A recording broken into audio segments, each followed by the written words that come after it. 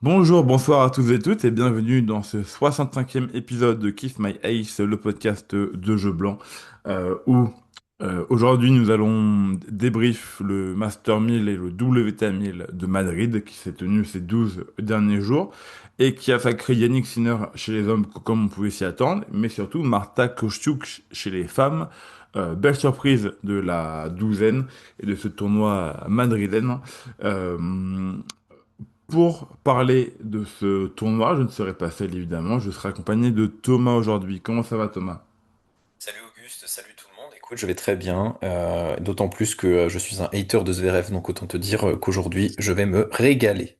Ouais, on va pouvoir bien se lâcher sur la performance de l'Allemand, mais tout en congratulant aussi la performance de Sinner qui a été phénoménale, hein, et qui est aussi pour quelque chose sur ce score. Et d'ailleurs, on va tout de suite pas perdre plus de temps. Je sais que d'habitude, on commence par les femmes, mais cette fois, on va faire une petite entorse à la règle et commencer par la finale messieurs, tout simplement parce que c'est ce qui va aller le plus vite. Donc, comme vous l'avez certainement vu, Yannick Sinner a remporté cette finale contre Zverev 6-1, 6-2 en 58 minutes. Donc une finale expéditive où le numéro 3 mondial n'a pas existé sur ce match, alors que pourtant il sortait d'un bon tournoi, mais contre Sinner il n'a plus la clé, parce que par le passé il a déjà réussi à battre Sinner, mais là il est maintenant sur 9 défaites consécutives. Et son dernier set doit remonter à la finale de Vienne l'année dernière, il me semble. Et pour cette année, c'était déjà la quatrième fois en Master 1000 enfin la quatrième fois de la saison qui se jouait. Ça faisait beaucoup de fois qu'il se jouait en Master 1000 parce que Sinner l'avait battu déjà à Monte Carlo, à Indian Wells, à Miami, me semble aussi. Donc voilà, ça fait déjà pas mal de défaites pour Zverev, mais celle-ci est vraiment la plus sèche tant dans le score que dans la manière. Parce que bah, Zverev n'a pas existé, hein. Il y a eu 5-0 en moins de 20 minutes dans le premier set. Et Zverev n'a pas vu la lumière du jour. Thomas, vas-y, je vais te laisser te lâcher sur notre bon ennemi, le Z, tout en notant quand même quelques notions et éléments tactiques et peut-être mentales que Sinner a pu mettre en place. Bien sûr, de toute façon, il y a plusieurs points clés à aborder, je pense, dans l'opposition entre Zverev et Sinner. Déjà, du point de vue de Sinner, je pense qu'on est sur l'un des primes les plus violents qui nous a été vu de voir depuis le début des années 2000, depuis Federer, en fait, hein, tout Bien simplement. sûr. Federer, pic Federer, c'était vraiment de 2004 à 2007. On se rappelle des finales, par exemple la finale à l'US Open où contre Hewitt, il met 6-0, puis un 7-6, puis lui remet 6-0. Et là, quand on regarde un peu Zverev Sinner, c'est un petit peu la même chose. On a l'impression qu'en face, c'est un prétendant, voilà, quand même à des grands chelems. C'est un mec qui est top 3 mondial quand même et qui n'a pas volé sa place, hein. Zverev est très régulier depuis le début de saison. Il fait quasiment tout le temps demi-finale. Et pourtant, ça ne change rien au fait qu'on a l'impression qu'il y a pas une classe d'écart, mais 5, 6, voire 7, voire 8, voire plus de classes d'écart entre les deux joueurs. Et tout simplement, ça s'explique d'un point de vue déjà purement au niveau, en termes de niveau, mais aussi en termes de mental. Je suis tout à fait d'accord avec toi.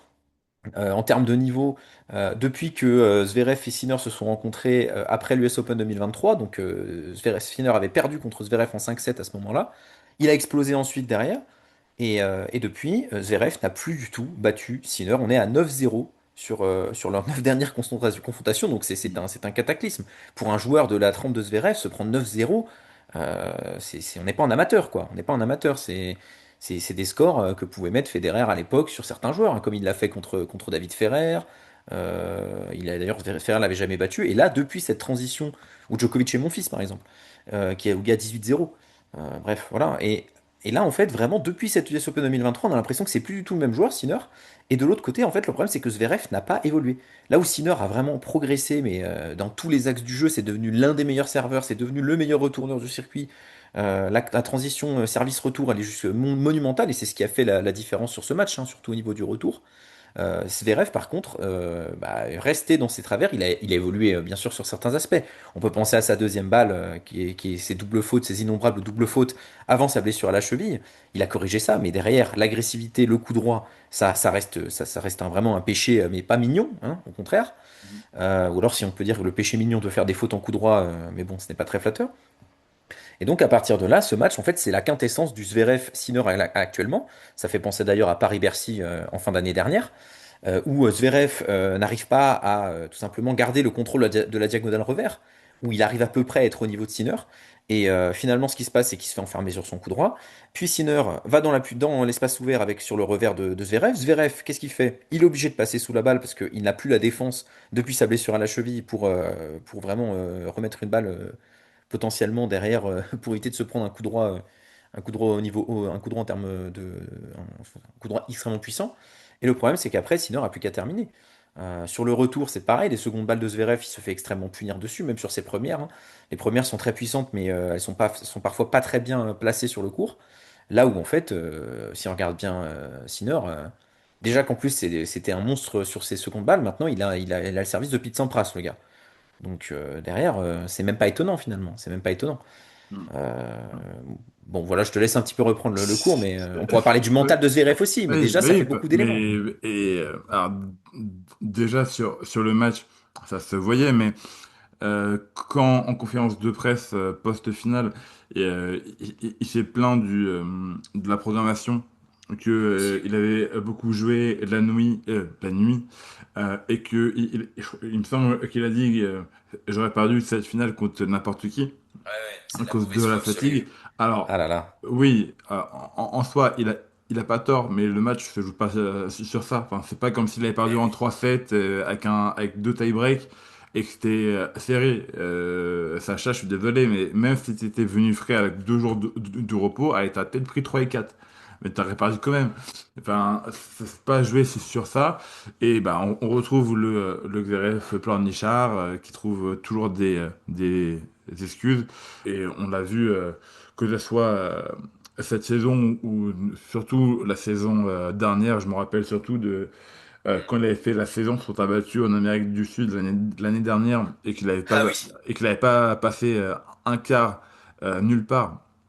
À chaque fois, enfin, il se plaignait soit des balles ou du terrain ou des faux rebonds, et c'est le jeu. Enfin, c'est pareil pour tout le monde. Et en soi, même si c'est vrai que Zverev a beaucoup été dans les night sessions, en soi, avec Sinner, ils ont joué leur demi-finale le même jour. Les deux ont gagné assez vite. Donc en soi, t'arrives 2 jours après. Euh, Physiquement, tu es censé être à peu près au même niveau que ton adversaire, enfin en tout cas dans ton état de fatigue. Même c'est Donc surtout voilà. de s'adapter pour l'autre, s'adapter aux conditions. Enfin, je sais pas, à un moment, je pense qu'il n'est pas le Oui, seul champion dans l'histoire du tennis à avoir eu à faire face. Si tu regardes Nadal, qui avait battu en 5-7 Andy Murray la veille, et pour battre ensuite Federer en finale de l'Open d'Australie. Non, c'était Verdasco, pardon.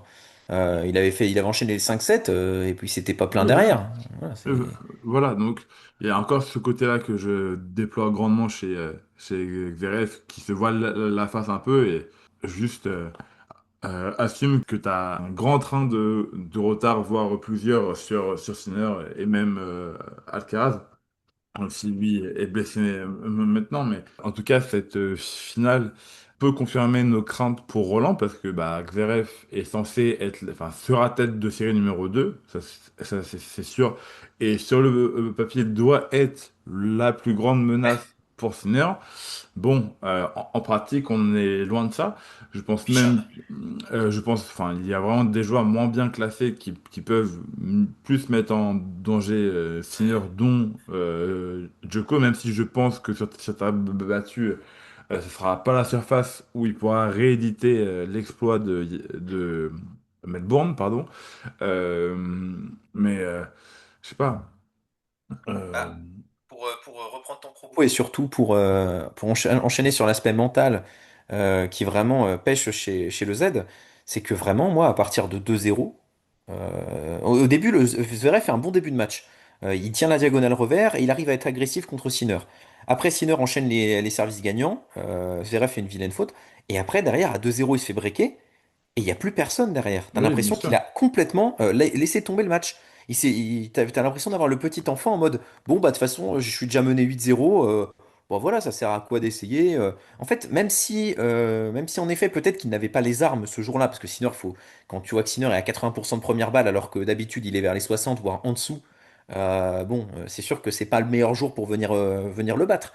Mais si derrière, en plus, niveau corporel, au niveau langage du corps, t'as une mine de chien battu, tu regardes le sol, tu lances ta raquette en l'air, tu t'amuses avec ta raquette, à un moment, je sais Ouais, pas, c'est une attitude digne de quelqu'un qui se dit qui veut remporter un grand mm, chelem, soit combatif en c'est fait. ça. Et en fait, j'ai l'impression que un gars comme Vachereau, tu vois, même s'il est moins bien classé, et que si un Sinner, Vachereau, évidemment que Sinner sera favori et doit le battre, mais j'ai l'impression que un gars comme Vachereau, comme Menchik, si ils se sentent bien, si, enfin, ils ont plus la niaque et l'envie d'aller taper Sinner, enfin, ou taper un gros joueur.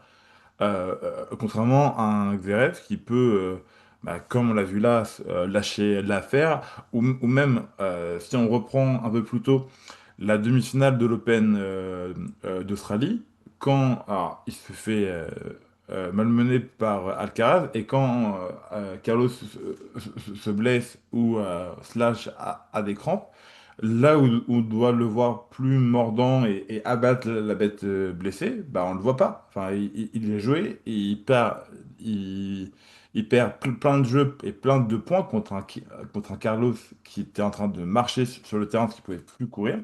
Et alors, même si là, Sinner était pas blessé, mais même si tu joues un gars qui est plus fort que toi, tente. Sois plus agressif, monte plus au filet, même si on sait que c'est pas son point fort non plus, mais au moins apporte une nouveauté. Parce que c'est sûr que si Zverev contre Sinner, il applique juste son plan de base à rester 5 mètres derrière et à jouer à la baballe, contre Sinner, c'est mort. Tu le déborderas jamais de si loin. Donc il y a un vrai problème, je pense, mental, dans le sens où, ça y est, enfin depuis un petit moment maintenant, mais Sinner a totalement broyé Zverev dans la tête. Il a une villa, 40 pièces dans son esprit, et à peine ils sont rentrés sur le terrain que le match est déjà plié. Et aussi, d'un point de vue tactique, Zverev se trompe, vraiment, contre Sinner, et que ce soit pour Rome ou pour Roland, ça n'avise rien de bon enfin, ça ne présage rien de bon pour l'Allemand. Bon, on va quand même féliciter Sinner parce qu'on a beaucoup descendu Zverev, mais il faut quand même féliciter Sinner pour sa victoire, parce que avec cette victoire, il marque l'histoire encore un peu plus. Parce que quand même, premier joueur à gagner 5 Master 1000 de suite, donc depuis Paris l'année dernière à Madrid cette année, et il sera le grand favori pour Rome dans 2 semaines, enfin d'ici 2 semaines. Voilà, premier, enfin numéro un mondial très largement à plus de 14 000 points. Donc il prend vraiment de l'avance parce que il n'avait pas de points à défendre dû à sa suspension de l'année dernière. Là, il va avoir une finale à défendre à Rome à partir de la semaine prochaine. Et donc là, surtout, il a déjà fait finale de tous les grands chelems du Masters et de tous les Masters 1000 à 24 ans. Et il se peut que d'ici un mois, Sinner ait déjà terminé le jeu, on ait remporté tous les grands chelems, tous les Masters 1000, plus le Master, s'il vient à faire le grand chelem de terre battue en prenant Rome et Roland Garros, les deux tournois, enfin les deux gros tournois qu'il manque à son palmarès. Avant ses 25 ans, ça serait phénoménal et archi précoce. Euh, Parce que le seul à avoir, enfin le seul, le premier à avoir fait, non, le premier, non, le seul hein, à avoir fait ça, c'est Djokovic, sauf que Djokovic avait 31 ans. Donc quand même, 7 ans de plus, ce n'est pas rien. Et puis après, bien sûr, il lui manquera l'or au JO, mais ça sera d'ici 2028. Il y a encore un peu de temps. Voilà. Thomas, est-ce que tu as quelque chose à rajouter sur cette finale Sinner-Zverev? j'ai un petit truc à rajouter, c'est vis-à-vis justement du prime de Sinner. Là, tu disais avec justesse que Sinner avait dépassé les 14 000 points ATP. Et Ouais, dépasser les 14 000 points ATP, ça n'avait plus été vu depuis Djokovic en 2016. ouais. Donc ça Voilà. pose un peu le bonhomme, quoi. C'est les années Voilà. fastes 2015-2016. Plus de 14 000 points, en fait c'est ubuesque hein, presque. Quand tu vois que Zverev est à 5 800 points derrière, il a quasiment trois fois plus de points. Ça reflète presque le niveau, quoi. Il a trois fois son niveau, mais Ouais. non, c'est un prime absolument monstrueux. Il y a une autre stat qui est terrifiante, hein, c'est depuis son explosion au plus haut niveau, Sinner, donc depuis la fin 2023, début 2024, Yannick Sinner, si donc je dis la stat de tête, mais je crois m'en rappeler, c'est 153 victoires pour 13 défaites. Et Voilà. encore, 157 victoires, 13 défaites. ouais, et je pense que si tu Terrifiant. enlèves les matchs contre Alcaraz, Contre Alcaraz, il doit il a rester, perdu 7 allez, fois. 7 il fois contre doit, ouais, Alcaraz, il a perdu. ouais, La parce que moitié. bah, depuis là, il perd contre Bublik à Le, Menchik à Doha, Djoko à Melbourne. Ouais. Il Roublev à Madrid. Ah non, oui. il dit forfait. Enfin, et après, il y a des forfaits, parce qu'il Ah non, fait pas du tout. forfait Roublev au à. Canada. Oui, ça, mais il fait aussi Forfait à forfait Madrid, à oui. Shanghai l'année Et à dernière. Madrid. Et à Madrid l'année d'avant, en Donc 2023. voilà, après, il y a des défaites où il abandonne, où il se fait pas battre. C'est ça. Enfin, quoi, mais c'est phénoménal. Ouais, contre Euh, Grigspor, ouais. Bon, il ouais, c'est abandonne, ça. Ouais, il... ça. Et, et une autre stat qui va dans ce sens-là, c'est que, enfin, et qui concerne là plutôt Kalitos, c'est que là, on ne pourra pas défendre ses points à Rome et à Roland-Garros, il va perdre 3000 points, Hmm. mais il va quand même rester numéro 2 mondial. Il y Ouais, aura pas ouais. de. 3000 points en moins, il reste numéro 2. Ouais, Ouais, c'est il y terrifiant. a aucun. Genre, il va perdre plus de points que Nona Koboli qui est numéro 12 et il va pas bouger de place. Ouais, Parce ouais. que, bah, même si par un miracle, Zverev qui est numéro 3 s'envoie Rome et Roland, donc plus 3, enfin, à peu près plus 3000, il n'aura pas les 9000 points d'Alcaraz. Ah oui, non, mais Donc, c'est impossible. C'est c'est impossible. phénoménal. Sachant il a fait demi-finale à Roland-Garros l'année dernière, donc Ouais. c'est Et vrai, en donc c'est plus. impossible. Oui. Voilà. Voilà. Bon, je pense qu'on a fait le tour sur la finale messieurs. On va passer côté féminin qui nous a livré une finale bien plus serrée, mais comme une belle surprise avec Marta Kostyuk qui a battu Mira Andreeva 6-3, 7-5 dans une belle finale où Andreeva a encore perdu, certes contre Kostyuk, mais contre elle-même aussi, hein, parce qu'elle n'a pas réussi à gérer ses émotions et ses démons qu'elle a à l'intérieur d'elle, surtout que Kostyuk ne l'a pas ménagée. Elle a été très agressive tout le match. Elle prenait la balle super tôt, le plus tôt possible. Elle trouvait une longueur de balle phénoménale en frappant fort, en l'agressant, en ne laissant pas le temps à Andreeva d'installer son jeu ou d'avoir du temps pour varier le jeu. Elle a été impressionnante de régularité dans son agressivité, Kostyuk. Et donc, du coup, elle s'offre le plus grand titre de sa carrière avec son premier WTA 1000 euh, empoché. Donc, son troisième titre en carrière. Et l'Ukrainienne qui n'a toujours pas perdu cette saison sur table battue, parce que bah, elle s'envoie à Madrid. Elle a gagné Rouen, le 250 de Rouen la semaine dernière. Et en plus, si on compte la Billie Jean King Cup, elle avait aussi gagné son match pour l'Ukraine sur terre battue. Donc, pour le moment, ça reste, entre guillemets, la femme à battre, hein. Donc là, par exemple, pour le tournoi de Rome qui arrive. Thomas, est-ce que tu aurais un mot à dire sur cette finale, quand même? Rafraîchissante, je dirais, en un seul Mm. mot. Ouais, Parce que finalement, quand on regarde le circuit, la différence entre le circuit masculin et féminin actuellement, circuit masculin, il y a deux hommes, en gros, il y a deux hommes et il y a le oui, reste du monde. Circuit oui, féminin, on se rend compte qu'il y a des surprises chaque semaine finalement. Il y a beaucoup, une grosse densité, même si Sabalenka, ça reste en effet voilà, la patronne du circuit, elle peut se faire battre, voilà, de façon surprenante par une joueuse, même pas dans le top 50. Il y a les favorites au final, elles peuvent sortir aussi très tôt. Il y a Swiatek qui est en crise de confiance. Rybakina aussi qui peut se faire sortir voilà, prématurément. Il y a il y a un renouvellement qui s'effectue en fait. On voit il y a Yasmine Paolini là, qui va devoir défendre gros semaine prochaine ouais. à C'est Rome chaud pour elle. qui peut voilà qui peut sortir du top 10. Donc on sent vraiment qu'il y a une énorme densité. Et là, au final, on a la tête de série numéro 9 contre la tête de série numéro 26 pour un Masters 1000. Et ça, chez les hommes, depuis un an, Impossible. ça semble Impossible. invraisemblable. C'est si, allez, Impossible. on pense à Roublev Fogiel Aliassime en Oui, 2024 à Madrid, où oui, mais vraiment, c'est c'était lunaire le scénario. exceptionnel et Voilà. pour un tournoi maudit, quoi. Voilà, c'est ça. Il a eu trois forfaits. Ogier Aliassime, il a eu trois bails parce qu'il y a trois joueurs qui ont fait forfait en même temps. Enfin, ouais, il est arrivé en finale, le gars avait joué un match. Enfin, ouais, c'était hallucinant. Et là, vraiment, Andrieva, un petit peu la nouvelle joueuse de 19 ans, on sent déjà qu'elle peut venir dans le top 5. Est-ce qu'elle sera dans le top numéro un, numéro 2? Mais en tout cas, on sent qu'elle peut peut-être aller chercher un grand chelem. Andrieva, oui, voilà. Et Kostiuk, c'est une joueuse qui était très prometteuse en junior, qui avait beaucoup gagné, qui avait une énorme pression sur ses épaules, et qui finalement avait du mal à confirmer. Je crois qu'elle a déjà 23 ans. Donc ça restait un Ouais. petit peu, voilà, ça restait un petit, elle restait sur sa faim et surtout je pense qu'elle se mettait énormément de pression.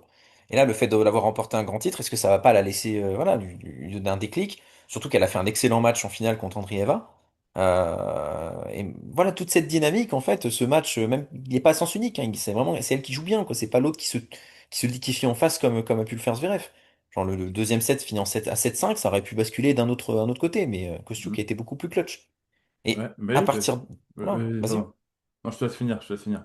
Bah voilà, juste à partir de là, tu vois, voilà, je considère qu'en fait, il y a tellement une fraîcheur dans ce circuit féminin que parfois, en fait, on a limite envie de plus regarder les matchs des femmes que Mm. les matchs des Ah hommes, parce que bah, c'est... c'est sûr que une fois que les deux affiches en finale ont été livrées, Ouais, enfin révélo, moi ouais. j'étais plus hype par la finale femme parce que je savais que ça allait être un match bien plus serré et avec du suspense, alors que l'autre, j'étais sûr que sinon elle allait fumer Ouais, Xerez. Et donc du coup, oui, pour revenir sur le deuxième set, c'est vrai parce que Mira a eu deux balles de set, alors sur le service de Kostyuk, bien sûr, mais elle a eu quand même deux balles de set pour faire 6-4. Et c'est vrai que si elle le prend dans la tête, c'est pas la même. Mais Kostyuk, ultra clutch, elle était vraiment déterminée. Je me demande aussi euh, le fait de jouer contre une joueuse russe en face, si ça la surmotive pas en plus, enfin au plus de tous les enjeux sportifs. Là, il y a un enjeu extra sportif, parce qu'on sait que Kostyuk euh, défend vraiment les couleurs de l'Ukraine, ça lui tient vraiment à cœur et a vraiment mis un stop à toutes les joueuses russes. D'ailleurs, euh, on l'a vu sur la petite cérémonie après, hein, elle a félicité tous ses adversaires sur le circuit et pas spécialement pour son adversaire de la finale, alors que Mimira a commencé tout de suite en félicitant son adversaire et en ouvrant la conversation à ça, mais Koshuk n'a pas euh, déjoué, enfin déjoué, a pas euh, échappé à la règle qu'il y a depuis maintenant 4 ans hein, entre les joueuses ukrainiennes et les joueuses russes. Hein. Elle n'a pas serré la main à la fin et elle n'a pas fait de photos avec. Enfin, il n'y a eu aucun lien avec Mira Andreeva. Euh, et donc, voilà, on se retrouve avec une coach qui est maintenant numéro 15 mondial, qui du coup commence petit à petit à rejoindre Svitolina. Donc là, on a deux Ukrainiennes dans le top 15, euh, ce qui n'était plus, enfin, ça fait longtemps que c'était pas le cas avec ces joueuses ukrainiennes. Euh, et donc là, on arrive à un tournoi de Rome où Kostyuk sera forcément dans les outsiders. Bien sûr, Sabalenka, Rybakina, Swiatek, Go vont reprendre leur statut de favorite, mais il faudra se méfier d'elle, parce qu'elle arrive en pleine forme, avec une dynamique qui n'a pas de défaite sur terre battue cette saison. Et il faudra vraisemblablement faire gaffe à Marta Kostyuk euh, qui est tombé dans la partie basse avec Rybakina, potentiellement que je regarde en huitième de finale. Donc ça pourrait être une belle affiche pour le prochain WTA 1000. Justement, avant qu'on passe à Rome, on va quand même vite fait donner quelques top et flop de ce tournoi de Madrid pour boucler la boucle. Thomas, est-ce que tu t'en aurais un, que ce soit un top ou un flop? Là, je te laisse choisir de Un des quel deux. côté tu as envie Ok. d'aller. Moi, je vais pencher pour le top, parce que je veux être optimiste, et parce qu'il n'y a pas assez d'optimisme en tennis actuellement, mais à raison. Donc, je vais partir sur tout simplement la victoire, enfin la victoire, non, mais le run d'Arthur Fils, parce Bien que sûr. même si voilà, on est du genre à être très critique en France, beaucoup de gens lui crachent dessus, alors que le gars, il vient de revenir de blessure, il est en train voilà, de crever l'écran, il est top 4 à la race, il a même pas joué l'Open d'Australie, il a plus de points que la plupart des autres joueurs. Et là, il joue top 5 actuellement, en fait, ce joueur. Il enchaîne les quarts de finale, les demi-finales. Il est en train de se placer comme un joueur extrêmement dominant. C'est un joueur qui vraiment peut aller très très loin à Roland-Garros. Et malgré sa défaite voilà, face à Sinner en 2-7, bah, on se rend compte qu'en fait, il a pas fait un si mauvais match à côté de Zverev, par exemple. Ok, Sinner était peut-être moins bon, il avait beaucoup moins de premières, mais n'empêche que c'est super encourageant, ça, de voir ce joueur qui arrive et qui en fait est meilleur que la plupart des gens sur terre battue. Ça va être quelqu'un à surveiller à Roland-Garros. On ne sait jamais. Si Sinner, imaginons, fait une sortie de parcours ou se blesse, on ne sait pas ce qui peut arriver. Et bah Fils, il serait dans le top 3 ou top 4 des prétendants en fait. Devant lui, il y aurait qui? Il y aurait Djokovic, il y aurait Zverev, mais il y aurait qui d'autre?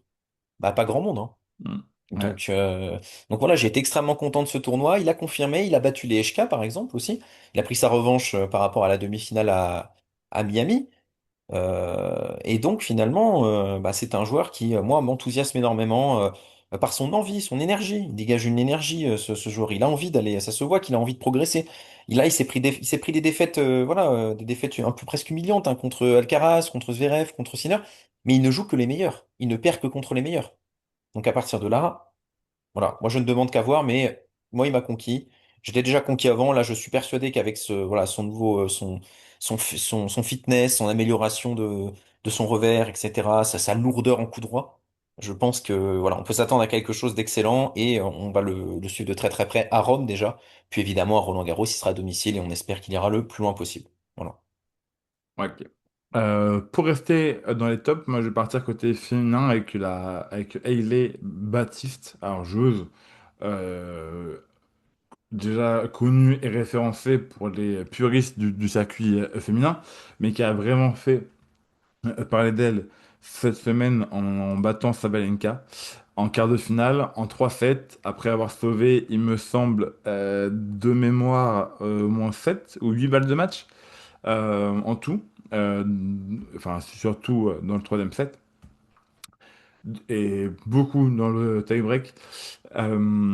Et joueuse à surveiller, parce que elle dégage une forte puissance. Là, avec une victoire contre la numéro 1 mondiale, commençait invincible, surtout que Sabalenka à Madrid, elle a un passif très victorieux.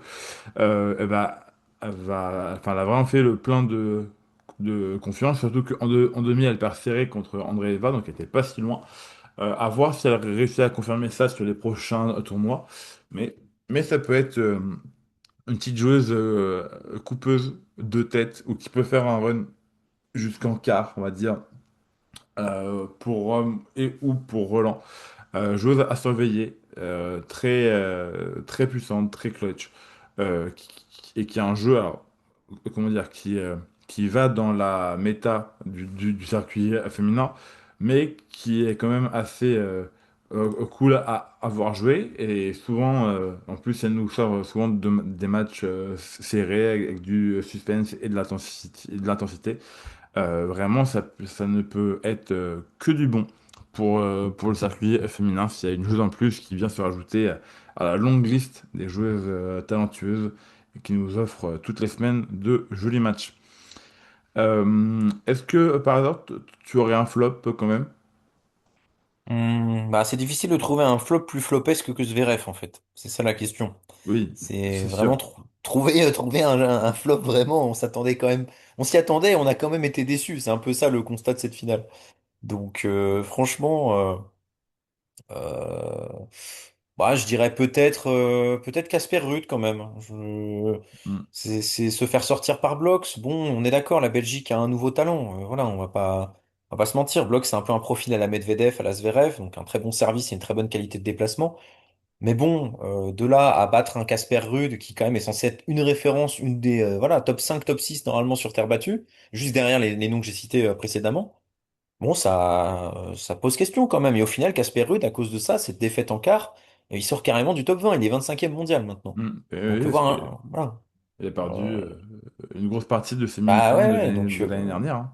voilà, voir un joueur comme ça décliner, bon, ça fait penser à Tsitsipas, mais bon, dans une moindre mesure, mais voilà, voir un joueur qui a été dominant il y a quelques années, qui était pas loin de remporter Monte-Carlo pas l'année d'avant, mais l'année d'encore avant, qui a remporté son plus gros titre l'année dernière, le voir décliner comme ça, etc. Depuis Roland-Garros, finalement, il est plus du tout le même, et moi, voilà, il y a un petit baume au cœur quand même, on s'attendait à mieux de Casper Ruud là-dessus, donc voilà, ce sera mon flop. Très bien. Alors, pareil, moi sur la douzaine, j'ai pas un vrai flop. Même, ah si, pardon, mais qui n'est pas un Mhm. joueur, qui est les Night Session. Ah oui. Qui est le génie à Madrid qui s'est dit faire une Night Session en Master 1000 à 20 heures, c'est cool. Parfois, on arrivait à des situations où les matchs de la journée se terminaient à 16 heures. Puis pendant 2 heures, sur le central, il n'y avait plus rien. Ce qui nous a amené à ce que disait Zverev, deux matchs qui se terminent entre 23 heures et 1h30, quoi, selon si c'était serré ou pas.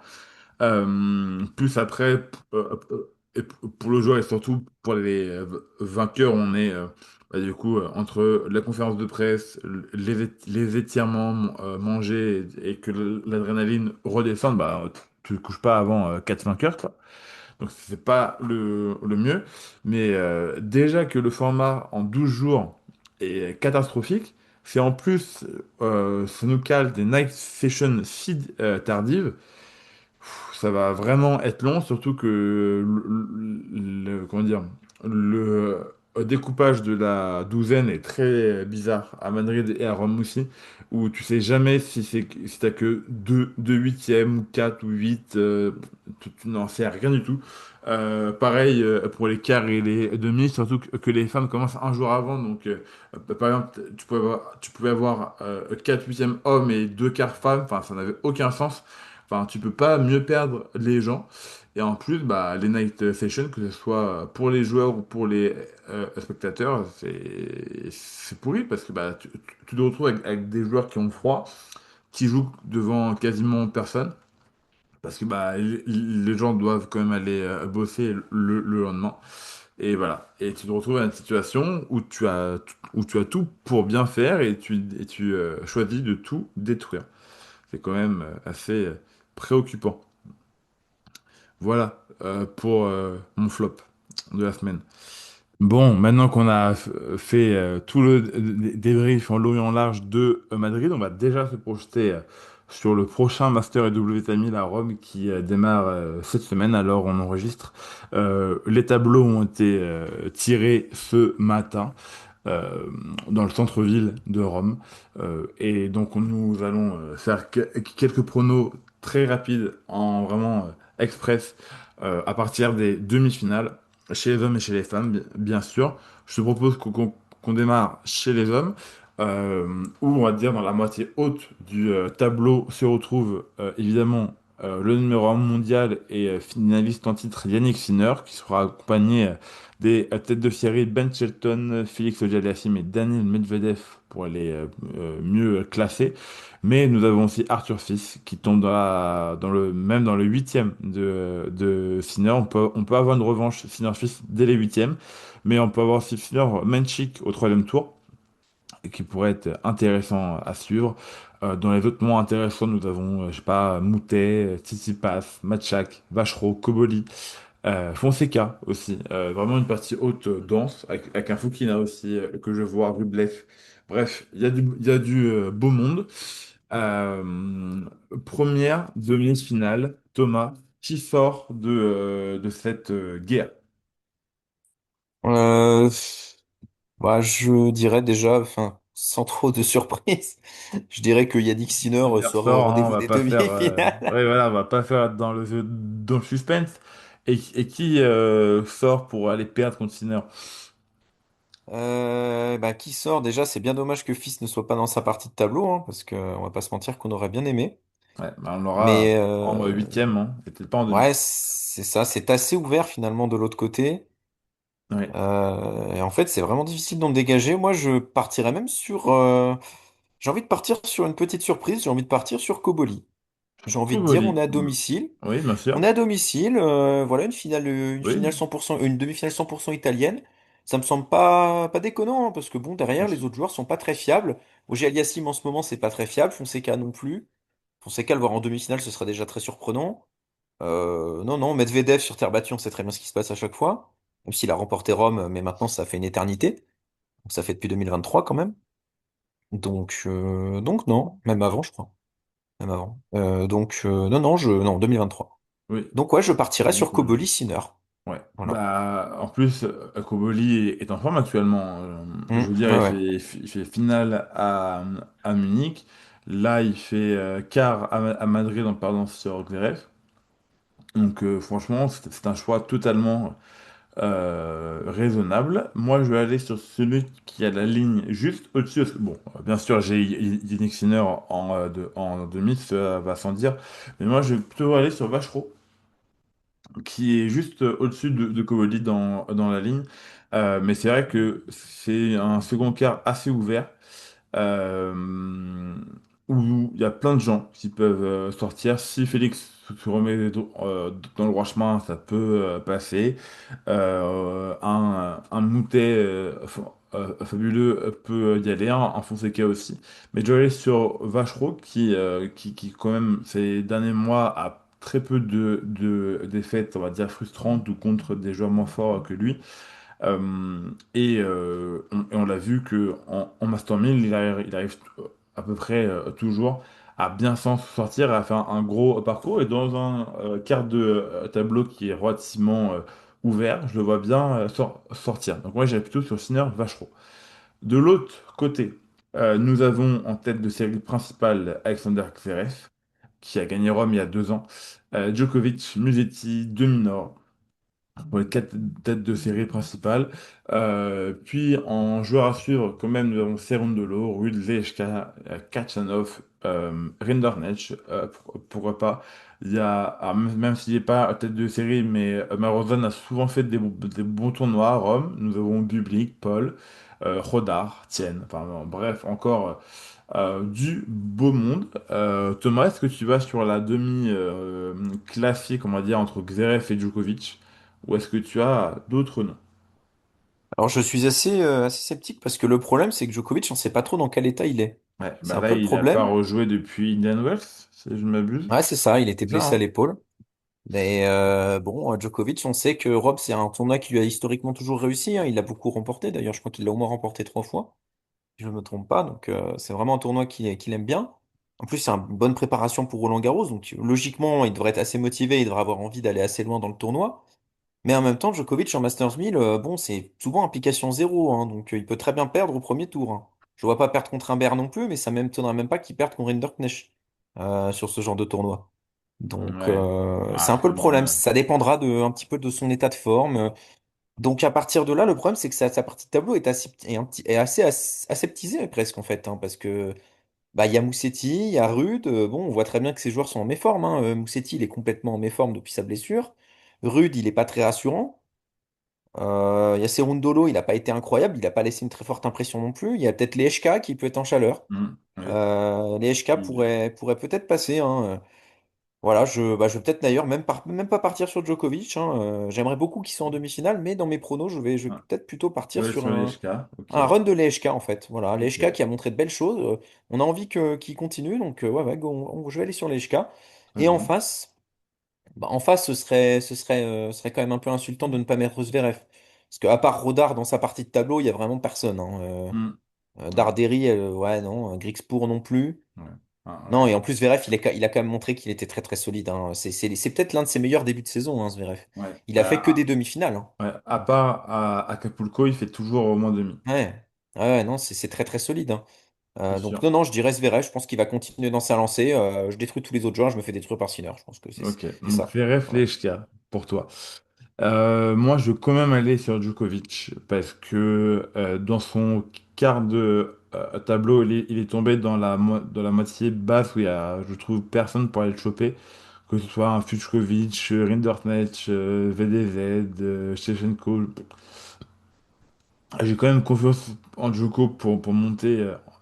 en rythme et en chaleur petit à petit, parce que c'est quand même un tournoi, comme tu vas dire, c'est quand même un tournoi de préparation pour Roland, donc je pense qu'il va l'aborder avec plus de sérieux que d'habitude en Master 1000. Surtout qu'il n'a pas joué depuis longtemps, donc je pense qu'il va prendre à cœur de se retester en compétition par rapport à des joueurs référencés du top 100 ou du top 50. Et les joueurs qui sont là-haut, les Eshkar, Ruud ou Musetti, ça peut battre Novak. Je dis pas l'inverse, mais je pense que Djokovic va passer ce plafond de verre. Alors je dis pas que ce sera simple. Il y aura sûrement au moins deux matchs en 3-7, je pense. Mais Djoko va quand même l'emporter, je pense, à expérience et envie et choix tactique où il est toujours implacable quand même. Donc je fais sortir Djoko. Et de l'autre côté, j'ai longtemps hésité entre Zverev et Rodar parce que, bah, comme tu as dit. Zverev, c'est quand même une valeur sûre jusqu'en demi-finale, hein. Il a presque pas perdu avant.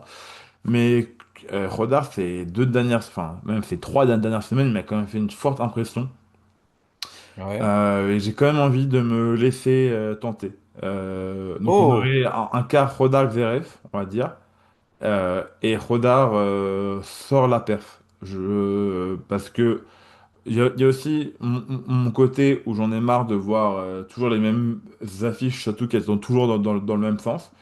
Donc, même si y a Xeref Rodar, Xeref sera favori, je vais quand même mettre une pièce sur Raphaël Rodar, qui est sur une dynamique excellente ces derniers temps.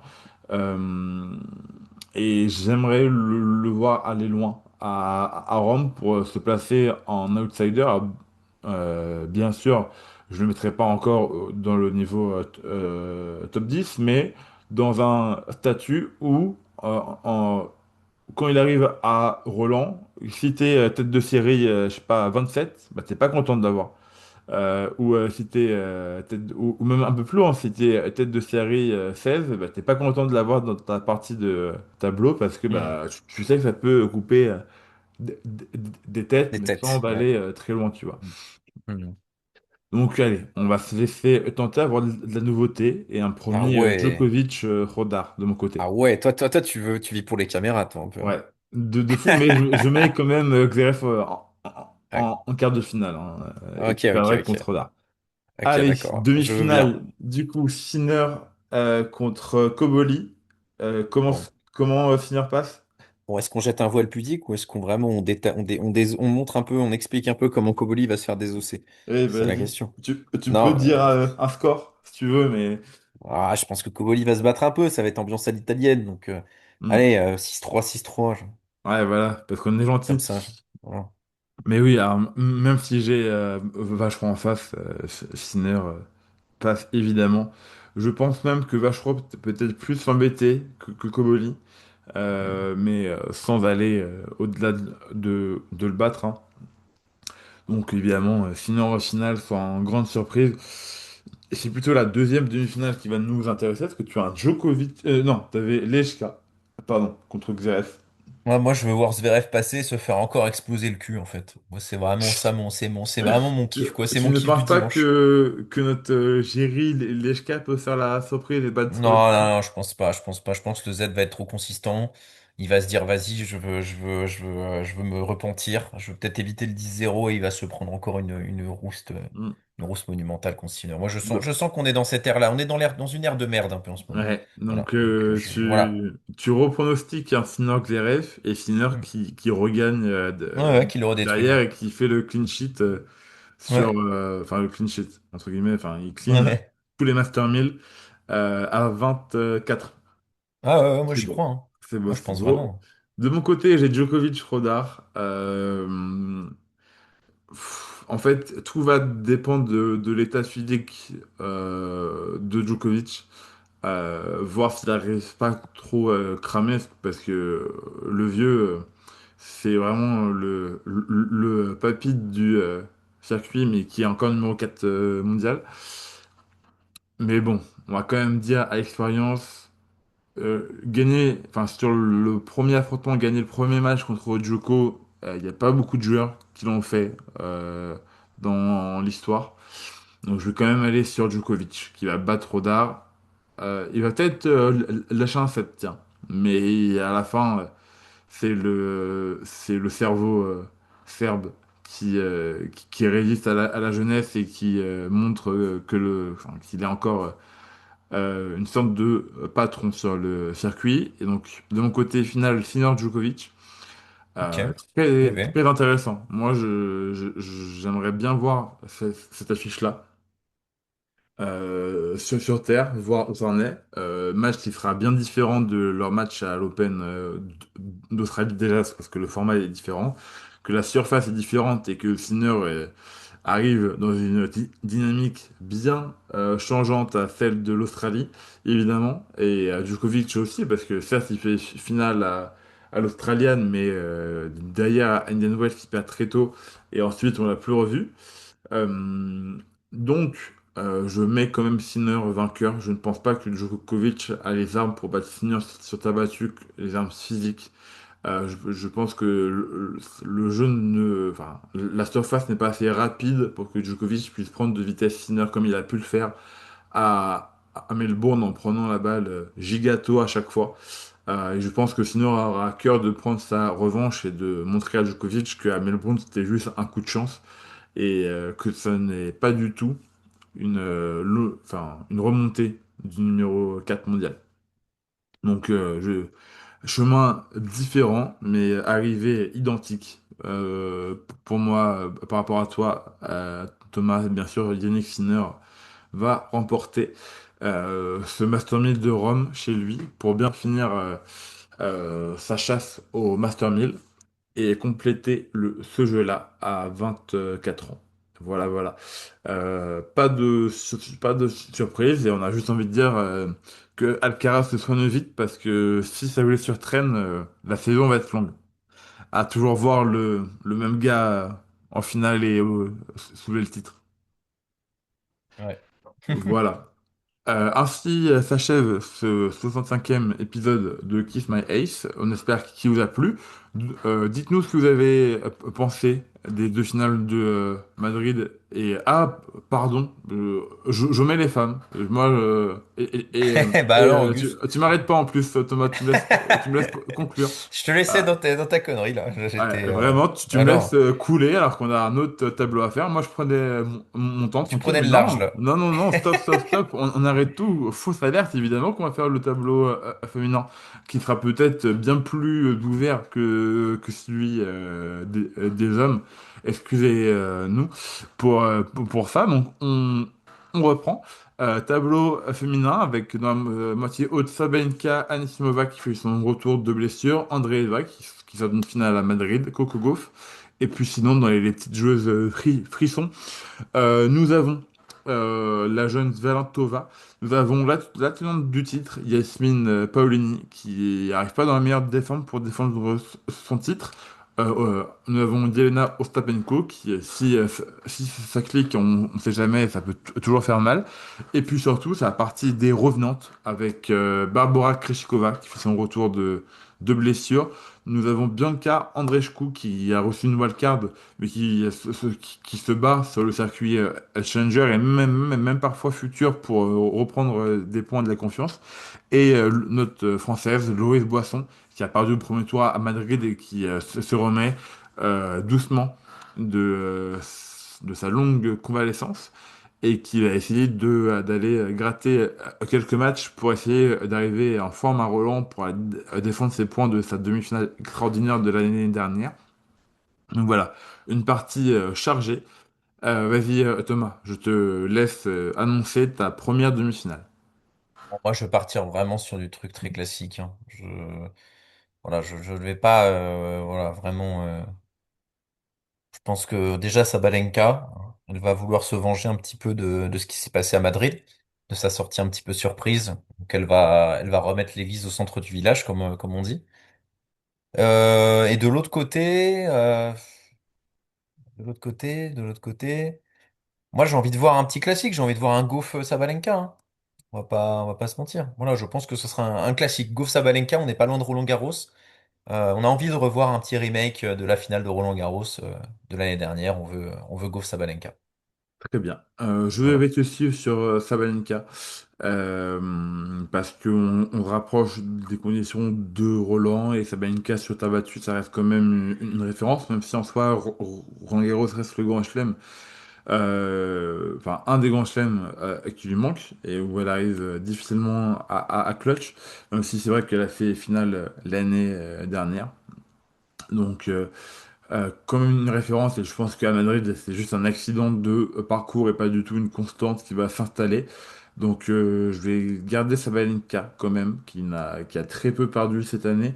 Et en face, un peu plus ouvert, évidemment, il y a Andreeva qui sort d'une finale à Madrid, mais je pense qu'elle va perdre plutôt de un pour récupérer physiquement et nerveusement, je pense qu'à un moment, elle va craquer. Euh, Gauff paraît évidemment une bonne candidate, mais on sait aussi que Gauff, ça peut être la bonne tête de série à prendre pour faire une bonne perf. Et après, c'est vrai qu'il y a plusieurs jeunes. Paulini, je la vois pas du tout aller loin parce que, alors je l'ai tweeté ce matin, mais cette saison, elle a 9 victoires pour 9 défaites. Mm. Elle a pas gagné 3 matchs de suite Ouais, c'est cette terrible. saison.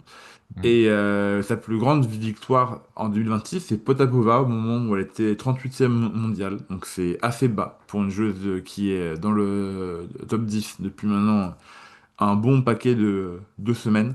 Donc je ne vais pas aller loin. Si je veux être classique, je te suis sur Goff aussi. Mais j'ai quand même envie de voir une belle surprise. Et c'est vrai que la Tchèque Valentova, pour avoir vu plusieurs de ses matchs cette saison, même si elle est très jeune, c'est vraiment une joueuse que j'apprécie. Et que dans cette partie globalement assez ouverte, où les têtes de série sont pas les plus infranchissables. Je vais aller sur une demi-finale surprise pour la Tchèque Valentova.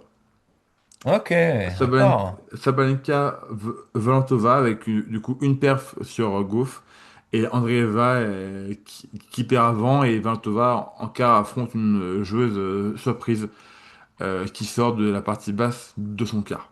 Ah oui, t'es non, toi, aujourd'hui, t'es tout pour Oui, les paillettes, hein, c'est impressionnant. Non, c'est que je ne, enfin, j'arrive pas à concevoir que Andreeva ou Goff ait le chemin facile. Ok, ok, ok. Ouais, Alors, je comprends, je comprends, pour je moi, comprends. il y aura forcément une surprise. J'essaye de l'anticiper. Je mets une pièce sur Valentova. Après, à tout moment, c'est Jovic et je me trompe, mais je pense qu'il y aura une surprise de ce côté-là. Alors, dans la partie Ok. basse, nous retrouvons Pegula, Swiatek, Rybakina, Svitolina pour les 4 têtes de série principales, mais également on a du Sakari, on a du Kostyuk, on a du Kavatkina, Osaka, Muchova, Fernandez aussi. Qui en a d'autres? Mboko, bien sûr, et chez les jeunes, nous avons Sarah Biejlek, j'espère que je prononce bien. Nous avons aussi, j'avais vu une autre jeune, Lys, bien sûr, et on a Alexandra Eala également, et Zenith Tienne. J'ai pas cité Madison Keys parce que son début de saison n'est pas le plus incroyable, mais voilà, Madison Keys et Hailey Baptiste sont également dans cette partie-là. Thomas, est-ce que tu restes aussi sur du classique ou est-ce que tu t'évades un peu sur... Bah, c'est le problème, c'est qu'on a vu Ziantec vraiment pas en confiance actuellement. Ouais, On bah c'est sent sûr. qu'elle est plus du tout dedans, elle est plus dans ses baskets. Le stage avec Rafa lui a pas fait du bien finalement. Donc est-ce que vraiment on peut la voir aller loin à Rome? Bah même pas sûr, hein, parce que elle a pas non plus une partie de tableau si simple que ça. Il peut vite y avoir un piège avec Osaka, hein, il peut y avoir un piège avec Mourova dans sa partie de tableau. Il y a Pegula aussi, donc non, moi je dirais, moi j'ai envie, en plus j'ai envie de voir du beau jeu, donc je vais dire Mourova. Voilà, Mourova, référence sur terre battue, Ok, elle a et déjà fait toi? finale à Roland-Garros, elle fait une très bonne saison actuellement. Elle perd contre les meilleurs, hein, voilà, malheureusement elle perd contre les meilleurs, mais sur terre battue, il y a quelque chose. Ça clique, donc moi je mettrais Mourova et en face par contre je vais partir sur du classique. Kostyuk qu'on aime bien, mais je suis désolé, il y a quand même Rybakina quoi. Et à un moment, Rybakina, il faut qu'elle se fasse respecter. Voilà, elle va avoir un sursaut. Ça va être comme Sabalenka. Ça va être bon. Voilà. La cour des grandes, c'est ici, c'est nous. Les autres, vous dégagez. Donc voilà, ce sera Rybakina Murova. Ok. De mon côté, je vais aller sur du classique, mais vu le début de saison, ce n'est pas tellement.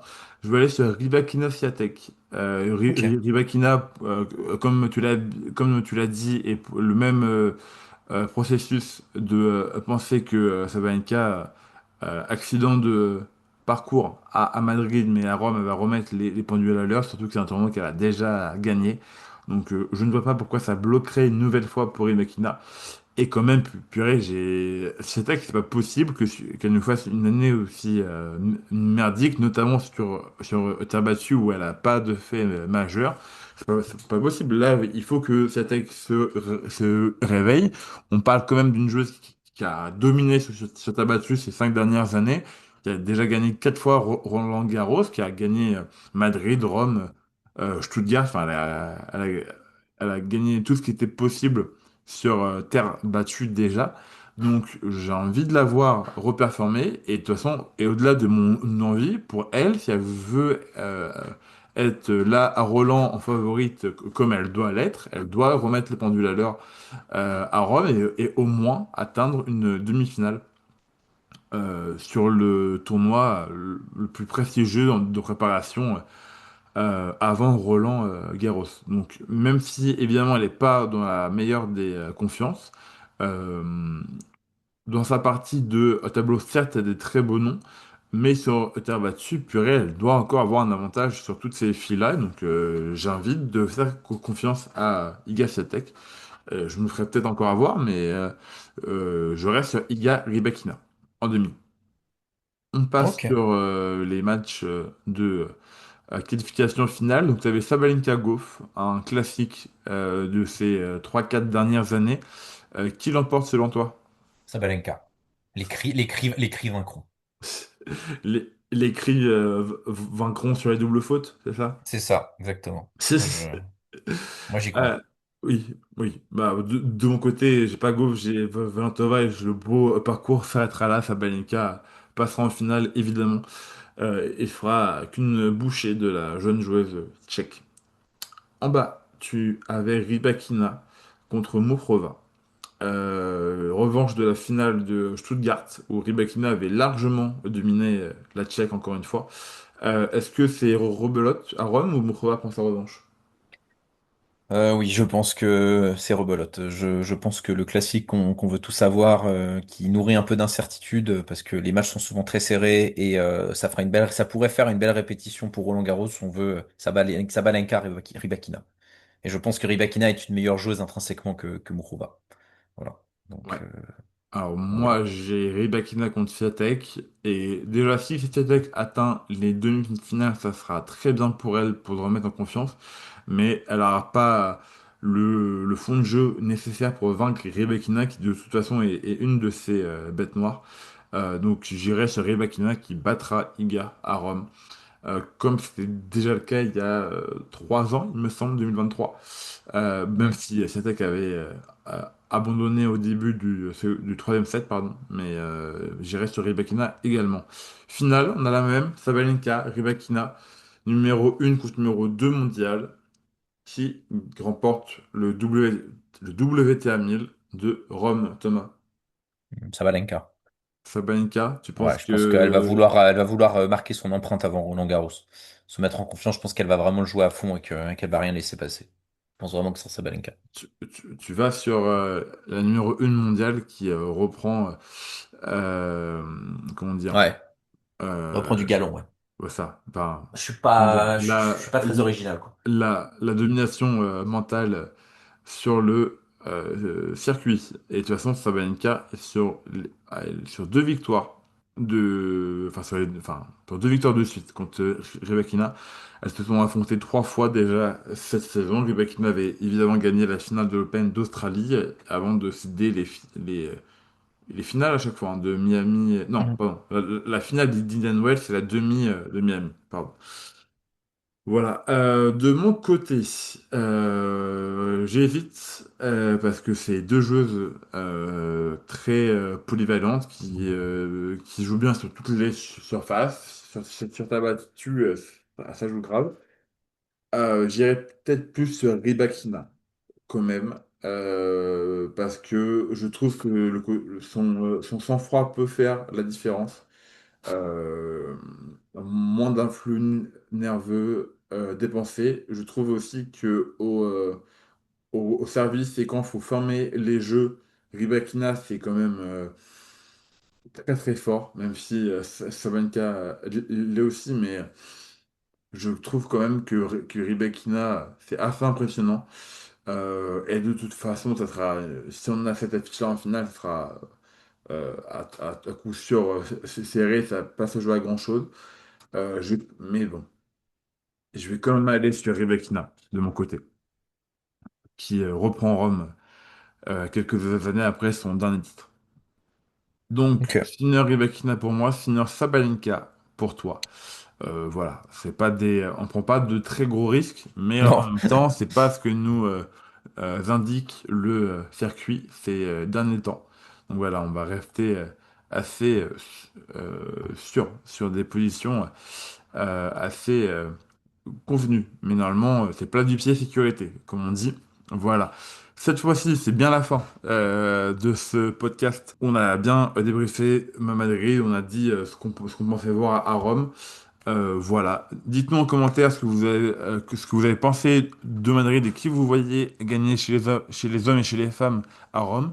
On va lire ça avec attention. Et puis nous, on se retrouve bientôt pour parler de Rome et puis un peu plus tard de Roland Garros qui arrive très vite. Prenez soin de vous, bonne journée, bonne soirée et à bientôt. Salut tout le monde. Salut.